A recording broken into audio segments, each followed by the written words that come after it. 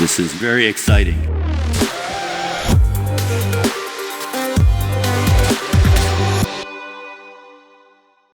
Joining me on the Unsolicited Response Show is HD Moore. Most of you probably know HD from his work on Metasploit, the penetration testing framework that he started in 2003. In 2009, the team that was doing Metasploit, most of them, HD and some others, joined Rapid7. They were acquired, and he continued there until 2016.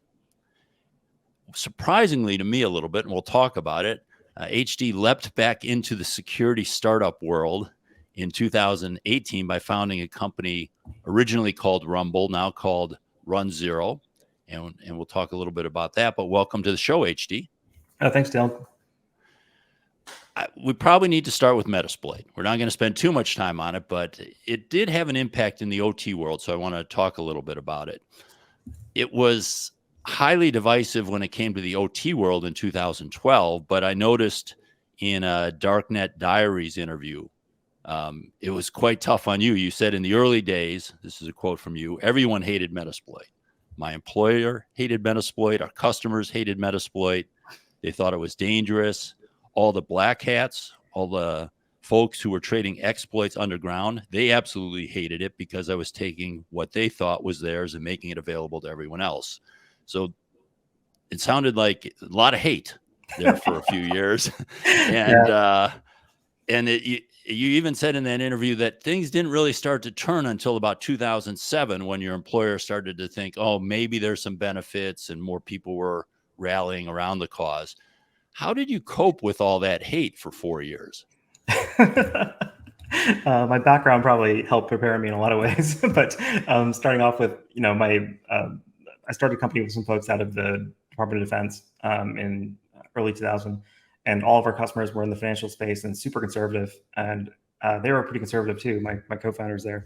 And so when we started building out the pen test team and doing red teaming work, we really needed good tools. We needed stuff that we could trust that wasn't backdoored, that did the job for our day-to-day assessments and pen tests. And we realized we couldn't really trust what was coming in from outside, so we had to go build our own thing. It was around then that we started floating it past our customers like, hey, we've got the exploit toolkit. Do you guys want to use it there? Should we spend more time on it at work? Should we build a development team around this? And we basically said, no. We got no yeses for anybody. Absolutely nobody wanted us to spend any time on an exploit toolkit. None of our customers wanted us building one or making it open source. As we started finally building it and sharing it, of course, all the exploits that we included were also exploits being used by folks kind of, packing this up and different things. And they didn't like the fact that, one, ours was available everywhere, and two, ours was better. So that was one nice thing about one-upping the black hats was, they would put an exploit out, we'd rewrite it, make it nice and clean, give it 25 more targets, make it super reliable, do perfect fingerprinting, and they'd hate it even more, which is great. Well, and you had this case there where you couldn't hide behind, we vet our customers. We don't sell this to just about anyone. This was an open source project, so all you had to do was download it and use it for whatever purpose you chose to. So I could see that. Now, we ran into this in 2011, as far as I can tell.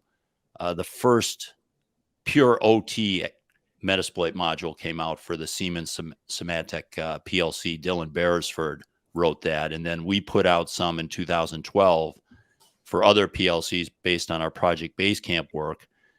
And the reaction was much the same. It was, even though it was about 10 years later, 10 years later than when you did it, the OT world tends to lag the IT world. So we went through all the same arguments and discussions that probably happened in the 2003 to 2006 timeframe. Were you at all aware of those OT modules? Did you get any specific blowback just because, hey, now OT is on there? We did a little bit. I'm trying to remember which modules we got the most pushback on. I think it was some early medical stuff or some early serial port server stuff. I think it's probably where we got the most pushback from industry on it. They had folks saying like, oh, you're arming terrorists or this or that. And it's like, guys, like vetting doesn't work. Like we know vetting doesn't work. Vetting hasn't worked ever. Like vetting, the reason that we're doing this in the first place is because vetting didn't work. Like the reason we started Metasploit is because vetting didn't work. Like you had exploits in the underground that were much more reliable than what the defenders had. And the folks who needed exploits to defend the networks weren't getting them. And the folks who were abusing them had full access to anything they needed. Like, it's one of those things where the community process wasn't really solving the problem. Instead, you had these like cliques of people trading it, selling it, etc. We got ridiculous offers for 0-day when we were working on Metasploit. We'd have folks like we had started a project called Month of Browser Bugs, where we just created tools to just dump out hundreds and hundreds and hundreds of browser vulnerabilities, and a lot of them were exploitable. So there's one vulnerability in particular that we sat on for a little while. It was after the end of the project, and we kept getting super high offers to buy this thing. And the more we looked into it, the sketchier and sketchier they looked. So finally, we're like, we're just gonna publish it. We're gonna make it open source. Like at this point, like there's no point hiding it because all it's gonna do is gonna enable someone else to do something malicious. We try to like vet people and sell it to them and so on. So we felt like the exploit broker market, which has calmed down a little bit, but is still pretty, there's still a lot out there. They aren't necessarily arming the good guys either. So from that perspective, yeah, I just don't think vetting is a practical approach to this type of work. It was funny at our S4 event in 2013. It was still small. It was in like a case study room of 60 people, and we had a topic that everyone would get a chance to speak at. It was kind of an open forum, and it was vulnerability disclosure back then. And funny enough that one of the guys from Siemens raises his hands. He says, "I think that anyone who discloses a vulnerability or makes an exploit available, if it's used and someone dies, they should go to jail for murder." and then he hands the mic back to me, and I was kind of like, great. Okay, so I'm a murderer. Well, I love the counter, right? Like, how about anybody who makes a product that leads to someone dying because it goes wrong and it gets exploited should go to jail for murder? Like, you have to put the responsibility somewhere, right? Are you going to put it in the hands of the software developer who created the flaw, or the person who created the tool to help you exercise the flaw, or the person actually using the tool that did it that actually caused the impact, right? But the further you go up the chain, the less comfortable people get about it. Yeah, and at the end of the day, I think I heard you say this. It's something I've wrote and said many times. At the end, we can all argue about this, but whoever discovers it can decide what they want to do with it. I mean, no matter what anyone else says or does, it's kind of an academic argument. Now, we're in 2023, so about 20 years after you first made public. How do you feel about it? Is it still a product that is needed and important? Has it become less important, more important? What's your view 20 years later? The category as a product at the time was really necessary because everything you needed for the types of exploits that are popular or very common at the time, memory corruption exploits that all depended on shellcode, encoders, all that kind of stuff. You needed like all these really complicated assembly level encoding tools to be able to reliably use these exploits. And what we've seen in the last 10 years is that while the number of exploits certainly hasn't diminished, the types of exploits that require really gnarly memory corruption and different types of shellcode encoding, you don't necessarily need this giant toolkit to generate shellcode and payloads anymore. All you need really is a way to reliably exploit the vulnerability. And there's lots of other primitives out there these days that make it easier. So typically you see like more logical vulnerability exploitation. You see more authentication bypass, default credentials. There's still memory corruptions out there, but there's also really clever ways to exploit memory corruption where you can still don't require an assembly payload. One of the reasons why assembly payloads have become less useful is because of all the memory protections that have gone into the operating systems. So everything from ASLR and DEP and all the different memory hardening and allocator hardenings and read not executable, read XOR executable flags. All that stuff means that you're not really putting your own code into the target memory process anyways. You're just having to live off whatever's currently there. So Metasploit at the time was really important because you needed all those different things to be able to build exploits for those types of exploits. It's still really important today as a collection of tools and a maintainable kind of archive of security history. They can go actually take a research project from 2012, pick it up, and then throw it against a Siemens PLC and actually see it still work today. So it's amazing that we have this like reliable software that it's become like a living archive of the security research and world and community. But I think a lot of things that Metasploit was necessary for early on, including the disclosure process, definitely aren't quite as critical today. It almost, as you're answering that, to me, it almost sounded like if the people that are still using the open source version, command line and that, to them, it might be less useful because developing those tools is a little easier.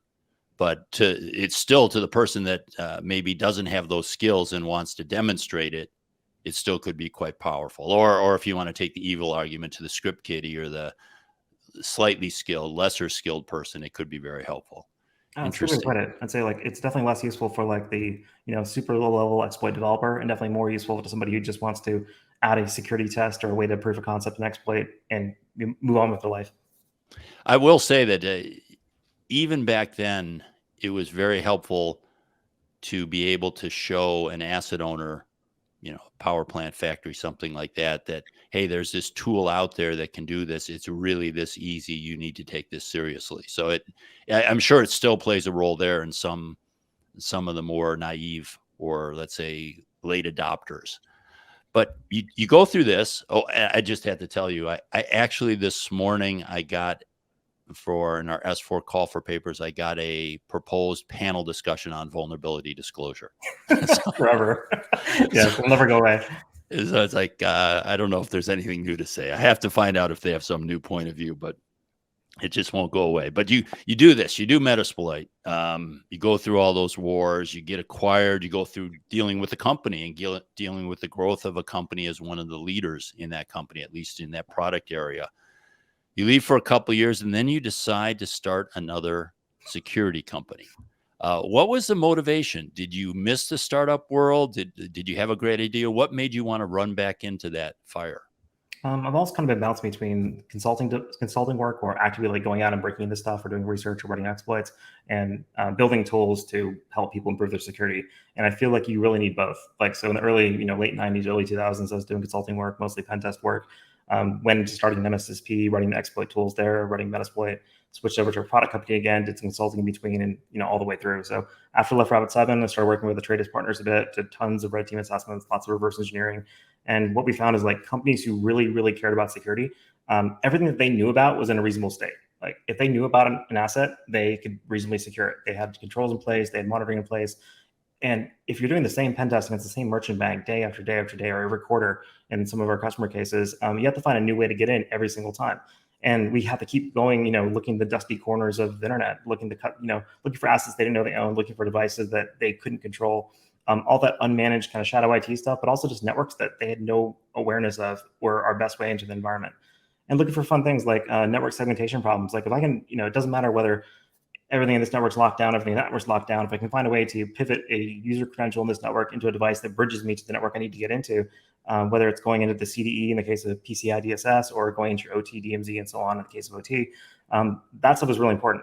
So I started looking to tooling for how can we accurately identify everything that's connected to a network, no matter where it happens to be, no matter how many hops away it is, kind of what firewall, mm-hmm. And also how can we find devices that have multiple IPs and figure out which one of these devices are pivot points between networks, and do all that without credentials. And that was kind of the kernel that the rest of RunZero came from. And you are, for the early years, you were developing the product yourself? Oh yeah, you're actually writing the code? All code, all website, all sales, all marketing, all finance, all whatever. So we've got about 100-ish customers, decent amount of revenue.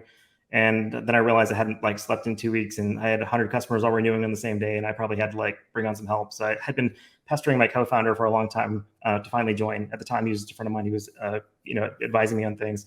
I convinced him to first join as CRO, then CEO. Found a really excellent developer here in town to join as chief architect, and we've just been building it since. And if you were to give, let's say, the 30-second or 1-minute view of what this RunZero product does, can you give that to us? Sure. Short version is we tell you where all your stuff is and what it is. So it doesn't matter whether it's on your private network, on a cloud, on a different cloud, in your mobile environment, in a VMware environment. We will find everything through a combination of active and authenticated scanning, authenticated SNMP enumeration, API-based integrations, cloud integrations, you name it, and bring it all together into one pane of glass, and then let you pump that data into a SIM and actively search it. So a lot of our customers use this as the first response to any security problem, because you don't have to go rescan your network. The data is already there. Effectively, you turn all of that data into a searchable kind of mini Shodan for your own enterprise. Well, you mentioned mini Shodan. So how is it different than that? Shodan and other external facing services and a lot of the EASM market, whether it's census or whatnot, they generally scan from the internet in. They scan the whole internet all the time. And so when you go to Shodan, you're saying, what stuff in this ocean belongs to me? We take a very different approach, which is that we let the customer drive the entire process. They can start off with external discovery and say, here's my domain name, go find all my stuff, scan all my stuff externally. Or they can say, I want to start off in my internal network and find everything possibly reachable from any point of presence within the environment, up to some number of hops away, and do different packet tagging and so on to make sure it goes through the right filters. What we find is that a lot of companies have a pretty good handle on their external exposure, arguably some more than others, but no one has a good handle with internal exposure. We've worked with everything from there's a museum that I really love working with They ran an RFC 1918 scans. They said, let's scan every possible private IP range in our environment. We've got a couple thousand assets. That's about it. It's pretty small. They let it run. They came back, let it run over the weekend. They came back the next morning, like, we've got 20,000 assets. And these are all internal machines, and there are other companies that are not us. Ends up their ISP had misconfigured the routers and was actually routing private IP traffic between different unique customers. And we've seen that a lot. We've seen that happen at least 4 or 5 times now, where companies who think their networks are private are actually directly exposed to their ISP's other customers. Another case that's common is when you're located inside an office building, the network that you're connected to often is connected to another company's network, and from there to the building network. So you're seeing everything from like the bank in the floor above you all the way to the building access control systems being exposed from the same network that you're on. Now, scanning is a term that gets a lot of people in OT. This is an OT podcast. It makes a lot of people nervous. I'm sure a lot of people are listening to this are saying, well, we can never use that. In the OT world, we began with passive only. We're going to listen. We're not going to put a packet on the network because there were examples of Nessus or Nmap going on the network and causing things to crash.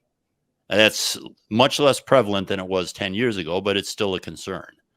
And now we've seen the OT detection market and some of the asset management in OT move to this, I guess they call it active probing, where they'll use a legitimate protocol, almost like a credentialed scan.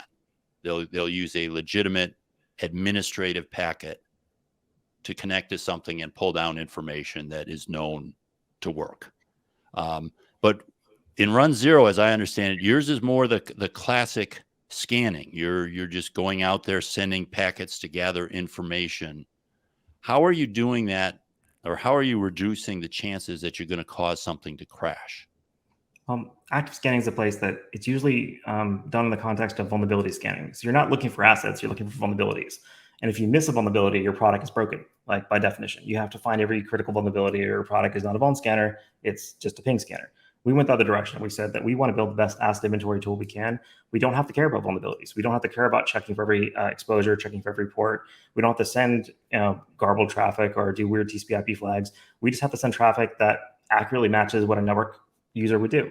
So similar to the OT space, where you're doing, quote unquote, safe queries or active probing or authenticated enumeration, it's effectively the same thing. RunZero doesn't send any traffic that a normal user would not send to. And that's really been our, we do the same thing for, starting off with IT, but also doing for OT. We don't send traffic that a device is not going to expect in the first place. That's kind of the whole point. To do that, though, required building a custom scan engine from scratch. What you see in the kind of commercial space these days is a lot of folks either have a license to Nmap or something like that for the commercial product, and Nmap's awesome, but it's not going to be the exact same thing you need for this type of work.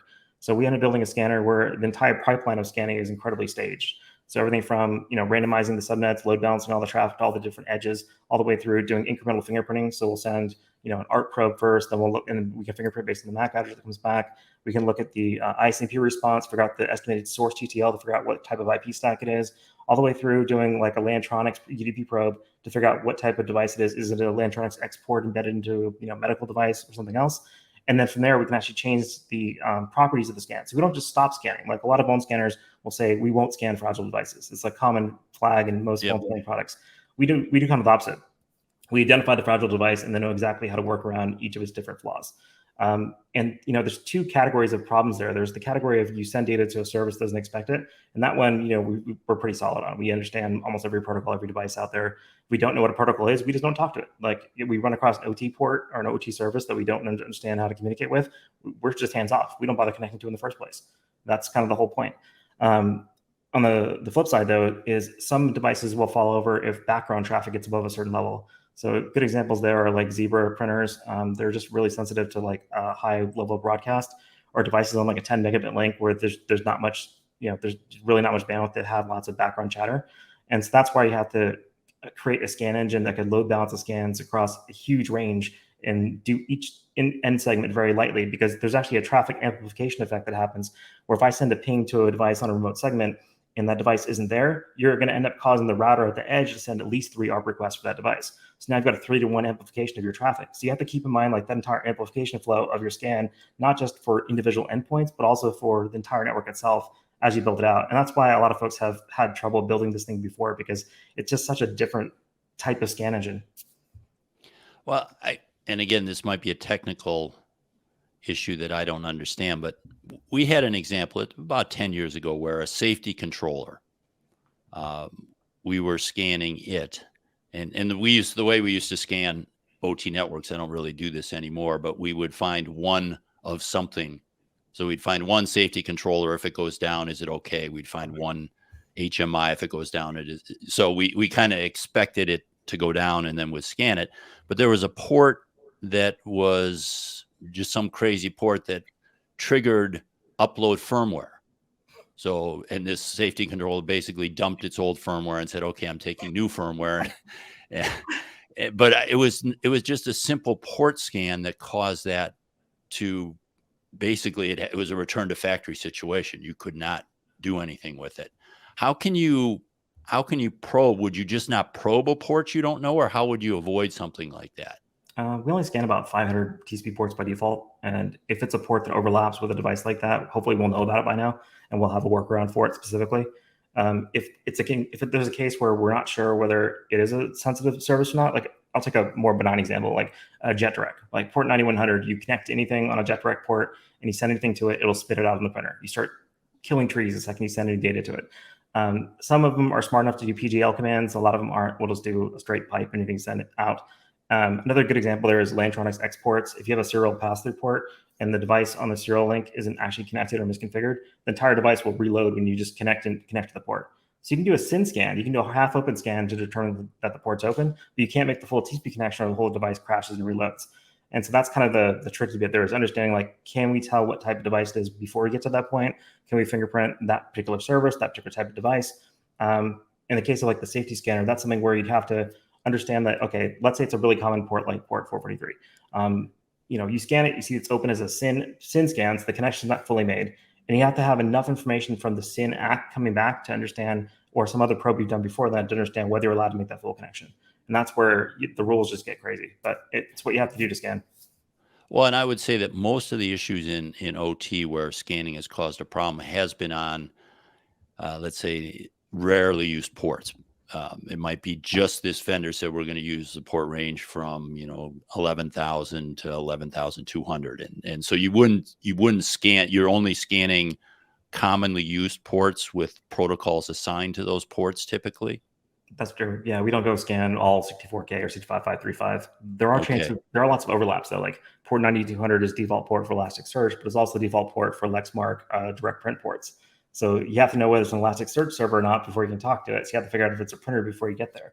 So it's just this long chain of probes you have to do to figure out what's safe to do by the time you get to that stage.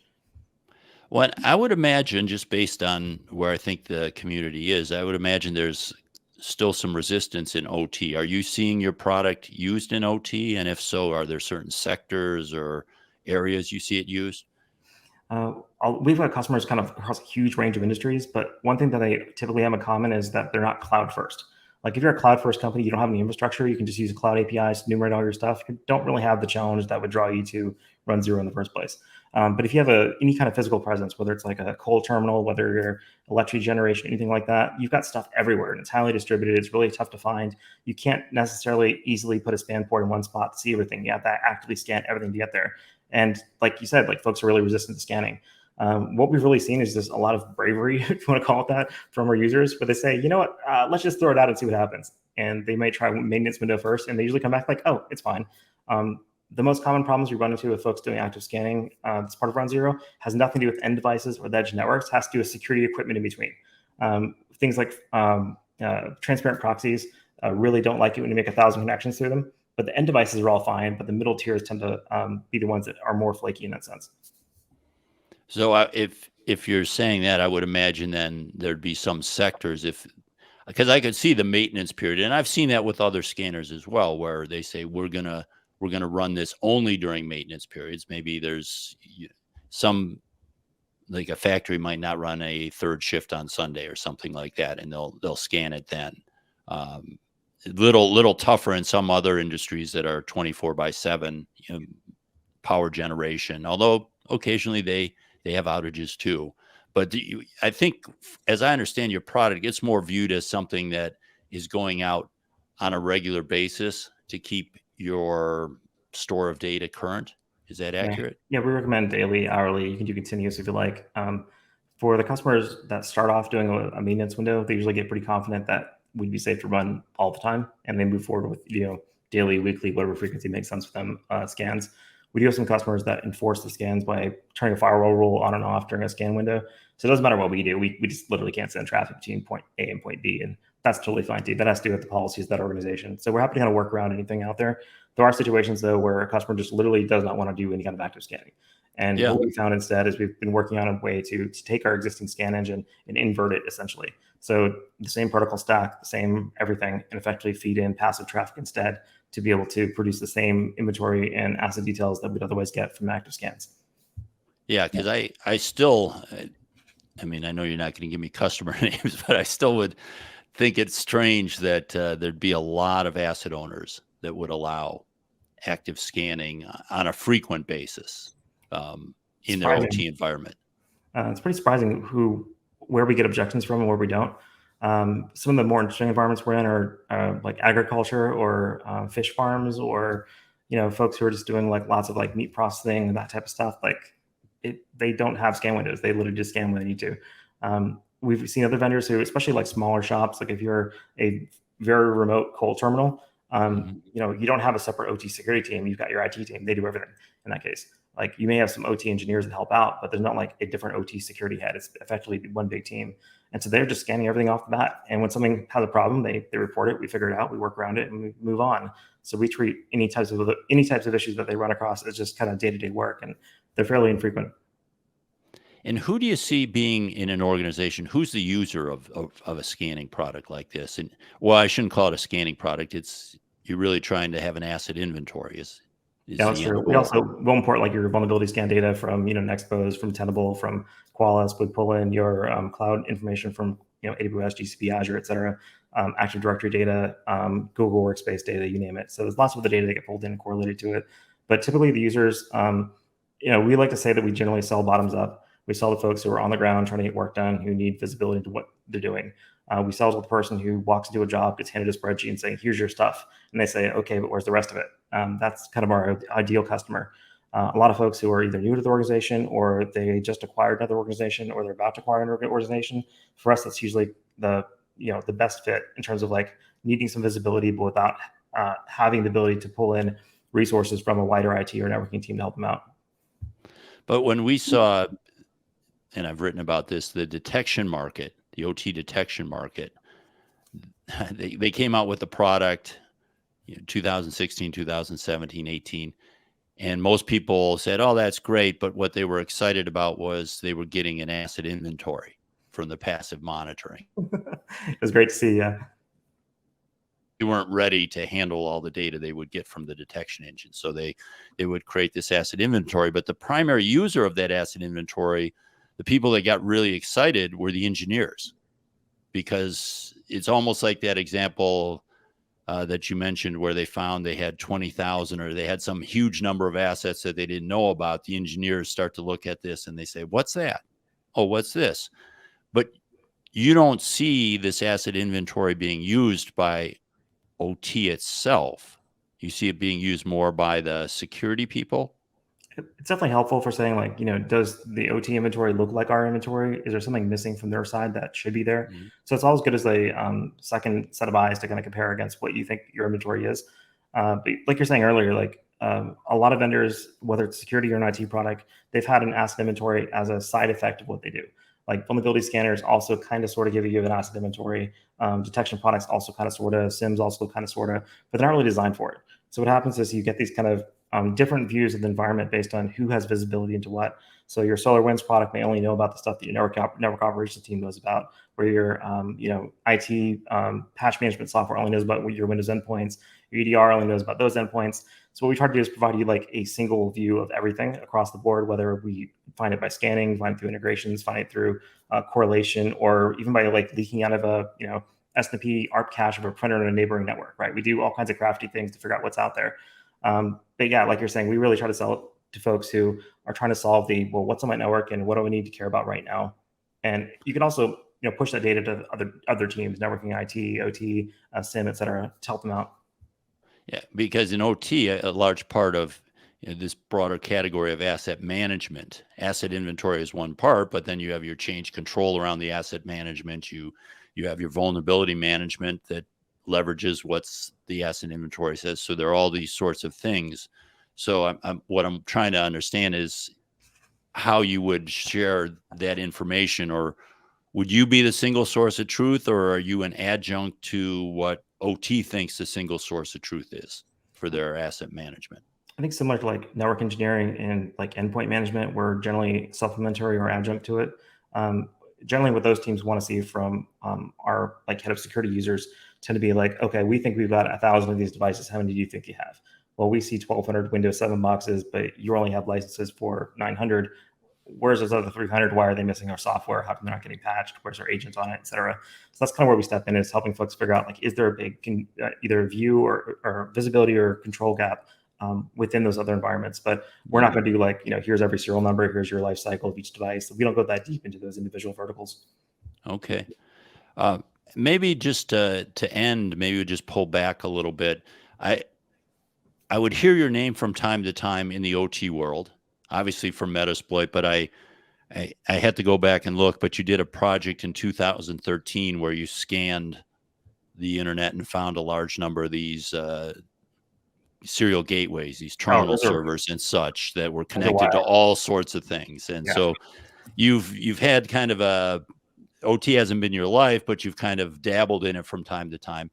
Is there anything that you're seeing that's interesting you in, particularly in securing that world?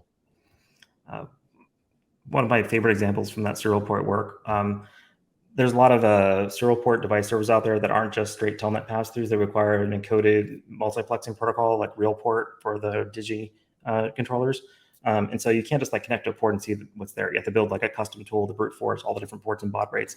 When we're doing that, we found a lot of what are called like gas flow sensors. And they have this lovely command called chempurge. And chempurge will heat up the tip of the sensor to like 300 Celsius to burn off the residue so that you can get a good sample. But you really don't want to run that when it's in a pipeline full of gas. So we went out to a local regulatory office here with a box full of toys and said, here's how it all works. Here's one of these devices. Here's what you can do with it. Here's how many are in this state that I happen to be in. And they went and mailed stuff out to everybody and got them all ripped out of wherever they could find it and stuff like that. So we feel like even though OT wasn't really the goal of that research, there was a really good OT impact in terms of helping folks get ahead of it. These days, we see a lot of mixed OT IT stuff. And there's some really like bizarre stuff out there. Like I think the Lantronic exports are one of those underrated exposures out there because these export modules are not sold retail. You don't just go to the store and buy a Lantronix export. You can buy a Lantronix serial port adapter, but the exports specifically are an embedded serial to Ethernet controller or adapter that you put in some other piece of machinery. And that other machinery typically has a pass-through serial port that takes commands on it and it's connected directly to the serial port, which is then exposed through telnet or your direct pass-through port. So effectively, you've got these unauthenticated serial ports hanging off the network all over the place because they're connected to authenticated serial connections. Even when those devices have a login and password, there's no way for the serial adapter to understand that there's a disconnect. So what happens is, this happens with Cisco routers all the time too, is that folks they'll log into a VTY, it'll create like a high port, like 4002, 6002, whatever, or in the case of the serial adapters, whatever the 9999 or whatever it is in the device, they'll log into the device and then they'll close their laptop and go home. Well, they've left an authenticated shell to that pretty important device sitting on the network wide open on telnet. And we see that all over the place. That's probably like the most common exposure, especially with serial port adapters. It's not that there's anything particularly wrong with either the Lantronix export or the device. It's the fact that someone is connecting to the port that is a pass-through and then leaving it logged in and walking away. And you'll see those from the internet. You'll probably see those internally on enterprise networks. And I guess even if you were to never scan OT, if you're doing any asset inventory on the corporate network, the enterprise network, you would want to know if there's OT protocols, OT ports open, that sort of thing, to identify it's not shadow IT, I guess shadow OT or something like that. That happens. Banners of anything we see, and if it looks like a telnet port and we know it's a pass-through port that's safe, we'll send like an enter key just to see what comes back. And we see so many shells, like thousands and thousands of unauthenticated shells hanging off ports all over the place. That's probably like such a simple thing, right? Just unauthenticated command shell and everything, and it's everywhere. And it looks terrible when you see all these things on the internet, but it's even worse behind the firewall. Yeah. Well, HD, I appreciate you coming on the show. If people want to learn more about the product, they can go to runzero.com. What's the best way if someone wants to reach out on you? Are you active on Twitter, or where are you active these days? Mastodon, HDM at infosec.exchange, or HDM at RunZero.com, or Twitter, HDMore is fine too. Okay, that's great. Thanks, and good luck with this. Well, this isn't your second company. This is like your third company, right? I know it hurts, but I like the work at least.